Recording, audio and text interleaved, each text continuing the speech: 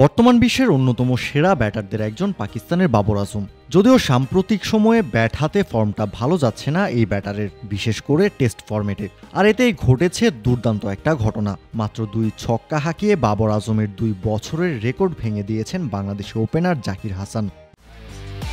একমাত্র ওয়ালটন এসি দিচ্ছে 1 বছরের রিপ্লেসমেন্ট গ্যারান্টি এবং কম্প্রেসারের 10 বছরের গ্যারান্টি।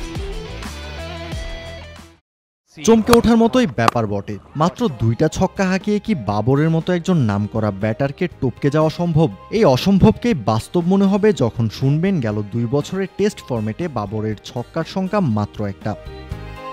রাওয়ালপিন্ডিতে সিরিজের দ্বিতীয় টেস্টে পাকিস্তানের দেয়া 185 রানের টার্গেটে ব্যাট করতে নামে বাংলাদেশ। প্রথম ইনিংসে ব্যাটিং বিপর্যয়ের কথা মাথায় রেখে এদিন টাইগার ওপেনার জাকির শুরু করেন মারকাটারি ব্যাটিং। আরও একবার প্রমাণ দিলেন attack is the best defence. ইনিংসের দ্বিতীয় ওভারে খুররাম শাহজাদের ফুলার লেন্থের বলটা সীমানা ছাড়া করেন ফাইন লেগের উপর দিয়ে। এরপর আবার খুররামের উপর চড়াও হয়েছেন জাকির। ষষ্ঠ ওভারের চতুর্থ বলটা খুররাম করেন শর্ট পিচ একটা ডেলিভারি। সজোরে পুল করে সেটাও গ্যালারিতে পাঠান জাকির। তার 2-6 আর 2-4-এর কল্যাণে কোনো উইকেট না হারিয়ে 7 ওভারে 42 রান ওঠে বাংলাদেশের স্কোরবোর্ডে। শেষ হয় চতুর্থ দিনের খেলা। পঞ্চম দিনে বাংলাদেশের ম্যাচ জিততে দরকার 143 রান।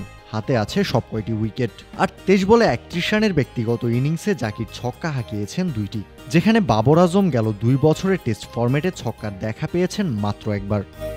কাউসার শান্ত, ক্রিক ফ্রেঞ্জি।